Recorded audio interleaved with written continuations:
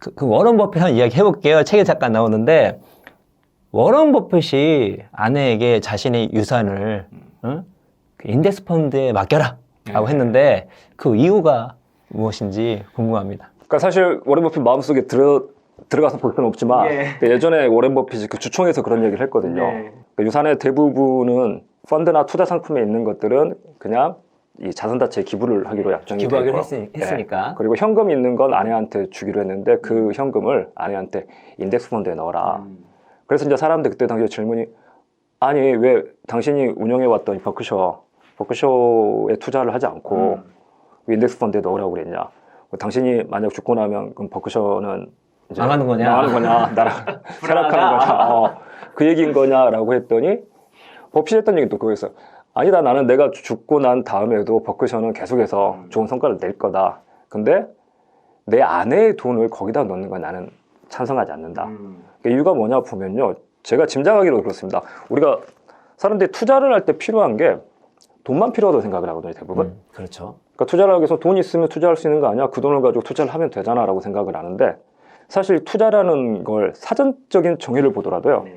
투자를 뭐라고 되어 있냐면 그러니까 어떤 미래의 이익을 위해서 지금 내가 이 돈, 자본이나 아니면 또 뭐도 필요하냐면 시간이나 정성을 쏟아붓는 것이라고 되어 있거든요. 정성. 예.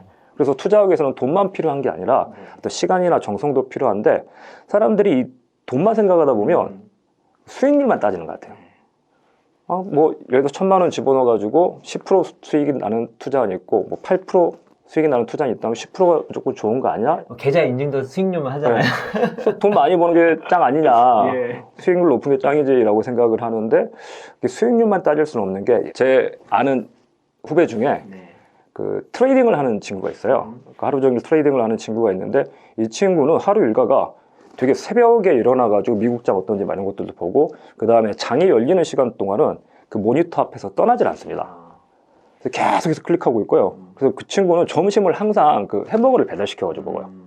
이걸 앞에서 떠날 수가 없어가지고. 자리를 못 두고. 네. 그래서 장 열릴 때부터 장 끝날 때까지 꼼짝도 않고 앉아가지고 돈을 버는데 수익은 나요 계속.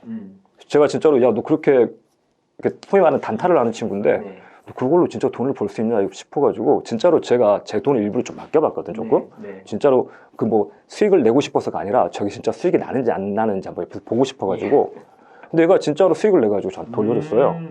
그래서 내가 인정을 했는데 근데 가만히 보니까요 이 친구가 사실 원래 본업이 회계사였거든요. 근데 회계사 회계법인 그만두고 트레이딩을 했었는데 이렇게 하루 종일 일해가지고 버는 돈을 보니까 제가 했던 얘기가 그거였어요. 야, 너 회계사 일 그렇게 열심히 하면 그것보다 더 벌걸? 그건 뭐 투자라기보다는 자기 모든 시간을 다 쏟아 부어가지고 그 정도 수익을 내긴 내는데 과연 저게 맞냐? 그러니까 예를 들어서 8% 수익이 나는 투자가 있고 10% 수익이 나는 투자가 있는데 8% 수익 나는 투자는 내가 한 달에 한 1시간 정도만 시간을 쓰면 되는 투자고 이건 2% 수익이 더 나긴 하지만 하루에 8시간씩 주말에는 재무제표 공부하고 주중에는 차트 들여다봐야 되고 내 모든 일과를 다 여기다 쏟아 부어서 2% 더 나는 거라면 저 같으면 A를 선택할 수 있을 것 같아요. 예, 그럴 것 같습니다. 네. 그래서 이런 식으로 시간에 대한 투자도 필요하고 그 다음에 또 뭐냐면 정성을 들여야 된다고 그러는데 투자할 때 제일 많이 써야 되는 게 제가 보기 마음고생이에요. 맞습니다. 그러니까 투자를 해놓고 계속해서 그걸 신경 써야 되고 아마 지금 투자를 해보신 분들은 아실 거예요. 뭐 작년에 코로나 끝나고 그 팬데믹 이후로 장이 막 우상향할 때는 별 걱정 없이 그냥 신나서 했었는데 가는구나 하면서 그냥 사놓으면 이렇게 오르는 게 투자구나. 투자 쉽네. 그랬다가 이제 최근에 작년부터 이게 좀 왔다 갔다 하다 보니까 거기에 계속 신경이 쓰이고 심지어는 그것 때문에 자기 하던 원래 본업도 흔들리고 아침에 출근해가지고 일을 하는 게 아니라 아침에 출근해가지고 이 MTS부터 켜고 핸드폰도 켜가지고 시장 어떤 일것도 보고 있으니까 과연 그렇게 내 모든 시간과 정성을 쏟아 부어서 수익이 조금 더 나는 게 좋은 방법일까? 실제로 버핏이 제가 보기에는 왜 아내한테 인덱스 펀드에 넣으라고 했냐면 수익률만 생각하면 버크셔에 맡겨놓는 게 괜찮지만 근데 만약에 당신 돈을 버크셔에다 투자를 해놓고 있으면 사실은 버핏도 누구나 인정하는 지금 전 세계에서 가장 투자를 잘하는 분이잖아요. 누구나 인정받을 수 없는 사람인데도 불구하고 버핏은 맛이 같다는 얘기가 3년에 한 번씩 나오거든요.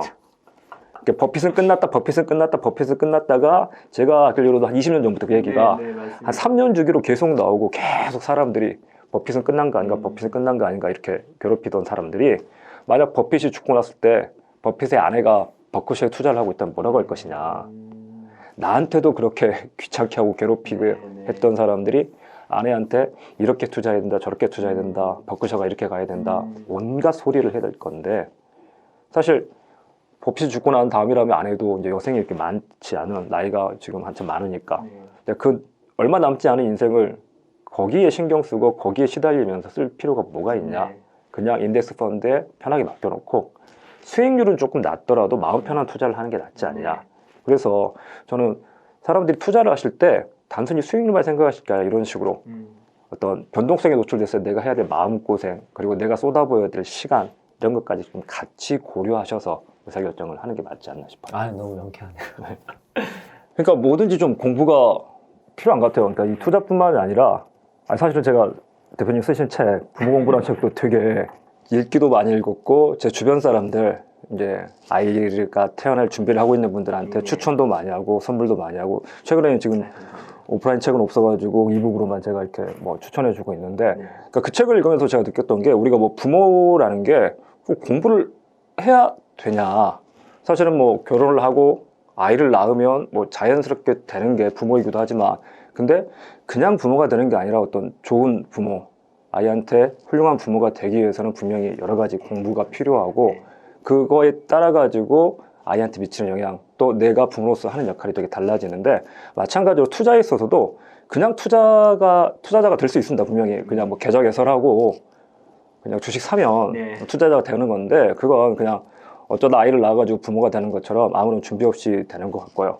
대신 좋은 부모가 되기 위해서 공부가 필요하듯이 좋은 투자자가 되기 위해서도 공부가 필요하다고 보고 실제 공부를 하면서 생긴 이점은 그런 것 같아요. 그러니까 우리가 아이를 키울 때도 저도 아이를 키우다 보면 처음에는 뭐 애가 왜 이러는지 도대체 이해가 안 되고 맞습니다.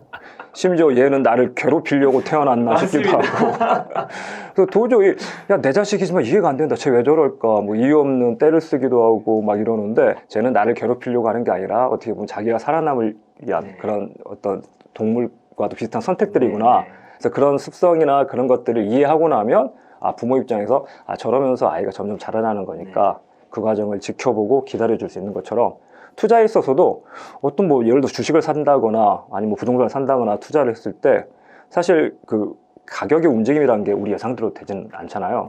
농담으로 하늘에서 나를 보고 있다가 내가 사는 주식 종목마다 떨어뜨리려는 건가 뭐 이런 생각이 들 정도로 이게 도저히 이해가 안 되는 상황들이 오곤 하는데 근데 그런 상황들에 대해서 아 주가라는 게 어떻게 결정이 되고 움직임이 어떻게 나타나고 그 다음에 내가 투자하는 그 대상이 어떤 특성을 가지고 있고 투자라는 행동 자체가 뭘 각오를 해야 되는지 이런 것들을 알고 있으면 그런 상황에 노출이 됐을 때 좀 오랫동안 기다리면서 원하는 성과가 나올 때까지 좀 갈 수 있지 않나 그래서 좀 공부가 필요하다고 봅니다. 제가 제일 많이 의존하는 건 책이에요. 사실.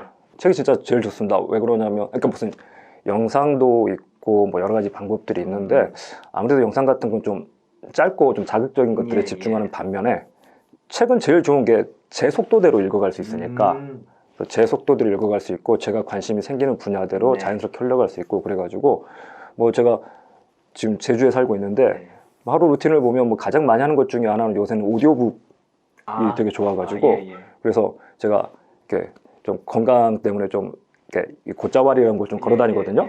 그래서 하루에 몇 시간씩 좀 걷고 그럴 때 귀에도 오디오북 꽂고 걸어 다니고 아니면 손에 이북 하나 들고 공원 이렇게 왔다 갔다 하면서 그래서 그렇게 책에 의존해서 공부를 제일 많이 하고 이제 그 외에 추가로 관심사항이 생기면 뭐 예를 들어서 저는 옛날에 투자할 때 이런 파이썬 같은 프로그램들을 좀 사용을 했었거든요. 그래서 그런 것들을 배우기 위해서 별도로 뭐 강의를 듣는다거나 이런 것들을 첨부하긴 하지만 가장 많이 의존하는 건 책이고 책도 꼭 이 투자 분야의 책만 읽는 건 아니고요. 그러니까 투자의 분야, 직접적인 투자 분야 책도 도움이 되지만 어떤 간접적인 부분들 그러니까 최근에는 뭐 이렇게 철학이나 심리학 이런 쪽들이 사실 투자랑 많이 연결이 돼 있고 도움이 그 책을 쓰신 분은 투자를 염두에 두고 쓰진 않았지만 읽는 제가 투자를 염두에 두고 읽으니까 사실은 도움이 많이 되더라고요. 그래서 그런 것들을 가지고 책을 가지고 가장 많이 공부를 하고 있습니다.